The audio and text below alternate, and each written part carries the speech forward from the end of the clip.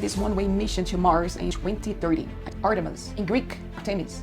I read The Martian, then I watched the movie, then I started following people like Alisa Carson and listening to this guy Travel here. through space. At some point, it stopped completely feeling like science fiction. It started feeling like a countdown. But then I read Aurora, and it completely broke that illusion because now I'm not asking if we can go to Mars. I'm asking if we should. By the end of this video, you might still believe we will reach Mars, but you probably won't believe we will survive it. Let's start with the version of Mars we all want to believe in. The Martian doesn't feel like fantasy. It feels like math, chemistry, problem solving. Mark Watney survives Mars using science and nothing else. And here is the uncomfortable part. Most of it is actually possible.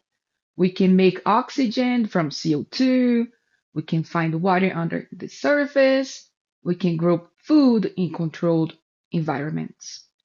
And if we can access water on Mars, we can split it, H2O, into hydrogen and oxygen.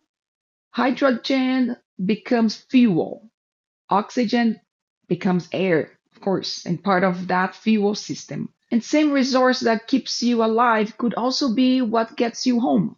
And if you can recycle that water, you are not just surviving, you are building sustainability. Now add real world momentum. SpaceX is working towards Mars missions. Artemis program is preparing us on the moon, and Alisa Carson is training for that future.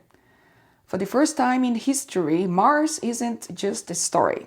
It's actually a plan. But there is a difference between surviving Mars and actually living there. And that's where everything starts to fall apart. People like Neil deGrasse Tyson has been clear about this. Visiting Mars? Possible. Living there? That is a different conversation altogether. Because Mars is always working against you. Radiation, extreme cold, not breathable air, isolation from Earth. The Martian, the danger is dramatic. In real life, it's constant. Mars doesn't need a disaster to kill you, it just needs time. And if this sounds difficult, Aurora argues something worse. Not only colonizing space is hard, it might be impossible to sustain. Aurora isn't about Mars. It's about a ship trying to carry humans to another star, Tau Ceti. Everything goes wrong, slowly. Not explosions, not aliens, biology. You cannot perfectly recreate Earth. Even small imbalances in air, bacteria, ecosystem grows over time until they break everything. And the human body, it doesn't adapt well to space. We lose bone density, muscle weakens, long-term effects are still unknown. Earth isn't just where we live, it's what we are. And then there is the ethical problem.